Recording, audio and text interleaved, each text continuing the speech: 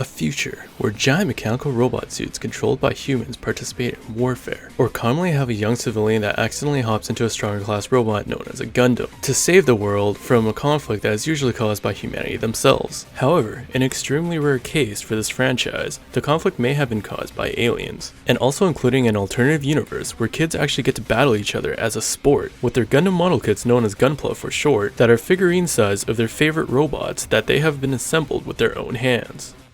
Take control of these humanoid war machines, or plastic model figurines known as mobile suits, in Bandai Namco's newest high-speed action team-oriented game exclusively for the PlayStation 4. Welcome to What is Gundam Versus, a video targeted towards people who are unfamiliar with the Gundam Versus series, and is wondering what the newest installment is all about.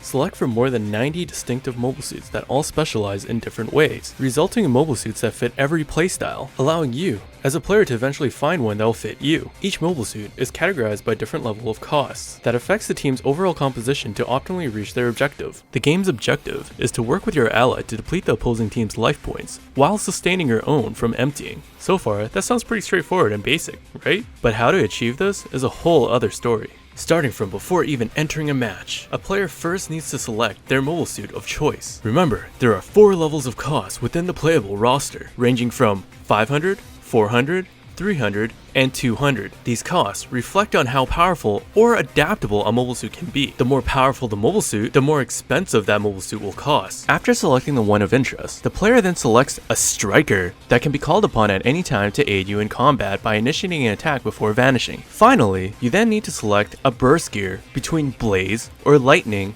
Way before playing online was a common feature in games, Gundam Versus has been refined through its decade. The game has taken feedback and implemented design decisions to keep the team competitive nature since the release of Mobile Suit Gundam Federation vs. Zeon back in 2001, and has inherited all the best features and design decisions from its predecessors in its long-running history. Each team starts with 1000 team life points. Each mobile suit has their own life parameters on the lower left side. The team's life points deplete when a mobile suit's own life value hits 0, resulting in the destruction of that mobile suit. Depending on the cost, this will affect the value depletion of the respective team's life points. There's a consequence known as overcost that penalizes a team that allows a lower cost mobile suit to take the first death, and having the heavier cost mobile suit to be destroyed after, resulting the more expensive mobile suit to return back to the battlefield damaged instead of coming back brand new. This is to discourage players for acting selfishly and encourage players to cooperate as a team, making every decision affecting the team's overall performance. Keep an eye out on the lower left, as your ally's life value is located above your own, allowing a player to judge their next move and balance out the cumulative total hit points of the team's overall life points. A match between players consists of 240 seconds. The timer is located on the upper right. If the time hits 0, both teams fail at their objective. Gundam Versus features auto-target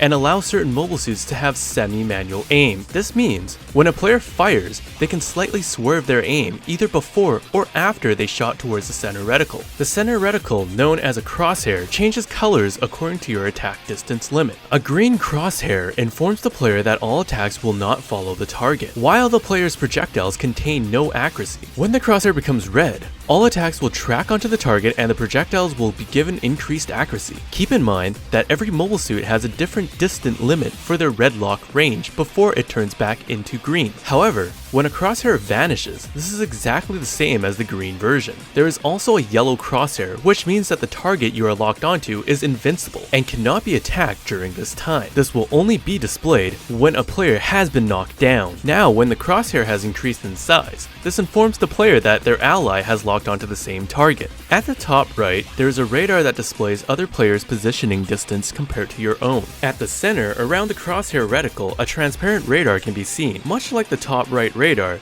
this one only displays players' incoming directions. At the edges, there are blinking indicators that inform the player of the direction that they are being targeted from, and will alert the player about incoming attacks. Being targeted makes these blinkers turn yellow, and when it becomes red, it means that there is action towards the direction indicated. However, when there is no indicators visible, this informs the player that no one is paying attention to them. Gundam Versus uses one directional input control method with a 6-button design layout. The buttons listed are shoot, melee, boost, search, striker, and communication. animation. By combining the buttons, much like fighting games with a similar control layout, gives you access to other abilities, which are sub-weapon, special shot, special melee, and boost dive option. There are certain mobile suits that have either one or more charge functionality on top of their existing weapon palette. However, not all mobile suits contain this. The combos in Gundam Versus are pretty straightforward to execute. All it requires is a directional input while pressing the melee button. This control scheme is simplistic, resulting in players to focus in other areas. As the concept of Gundam Versus is team-based, it is possible to interrupt a player's combos by either the enemy's allies' attack or your own allies' attack for misfiring, bearing in mind that friendly fire exists. Gundam Versus has 3 different boost actions, which are Boost Dash, Boost Step, and Boost Dive. Boost Dash makes the mobile suit fly forward. Boost Step allows the mobile suit to step in different directions. The specific action eliminates accuracy from incoming attacks. Boost Dive, which is similar action to Boost Dash, allows the player to boost downwards instead of forward. All 3 boost actions affect the boost meter on the bottom right near the player's weapon palette. Boost Dash and Boost Dive can cancel out attack animation delays. This allows the mobile suit to instantly follow up with another attack or allow the mobile suit to move out of harm's way. Boost Step, on the other hand, can only cancel melee type delays. When the boost meter is depleted, the mobile suit will enter overheat, making it vulnerable to enter a paralysis stasis. This will disable all movement until the mobile suit fully lands onto the ground and completely recover the boost meter. All mobile suits have the ability to guard.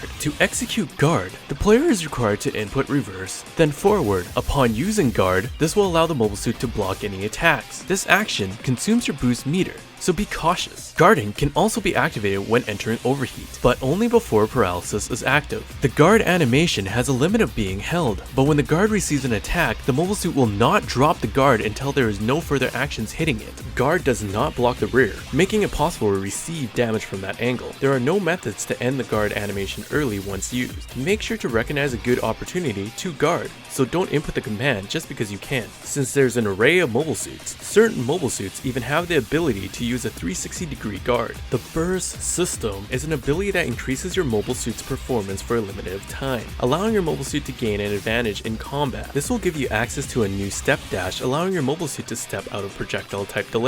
To indicate when you can activate this ability is by locating the pink meter at the bottom near your mobile suit's life value. Every time your mobile suit receives damage or deals damage, this meter will increase. It will also increase if your ally dies in combat. Burst can only be activated when the meter is half full or more. To activate Burst requires the input of shoot, melee, and boost to be pressed at the same time. Once activated, it doesn't only increase the performance of your own mobile suit, but also your allies as well. Activating it on a maxed out meter allows your mobile suit to escape out of combos or any attacks that hold it in place upon activation. Depending on which burst type you chose, they give off different properties when used. Blaze Gear. Upon usage, all ammunition for your ally will be replenished while improving combat performance. The duration of this burst gear is short and does not last long, resulting in high performance for boost recovery as well as amazingly increased movement speed, and breaking the limits of your attack power, allowing you to deal more damage than what you could normally have achieved. The downfall of this burst gear is that the boost consumption nearly stays the same and your defense barely increased compared to your normal state. Lightning Gear. Upon usage, the ally's boost meter automatically replenishes back to a full meter, and your ally's movement speed will be increased while your mobile suit resides in burst. With this burst gear, only your mobile suit will gain a red lock distance extension, as well as your duration is much longer than Blaze Gear. Your mobile suit's boost consumption will be decreased, allowing you to boost more, as well as increasing your defensive parameters, making you able to take a lot less damage than what you normally would take. However, compared to the Blaze Gear, boost recovery is very little, while your movement speed barely sped up, as well as your damage only slightly increased compared to your normal state.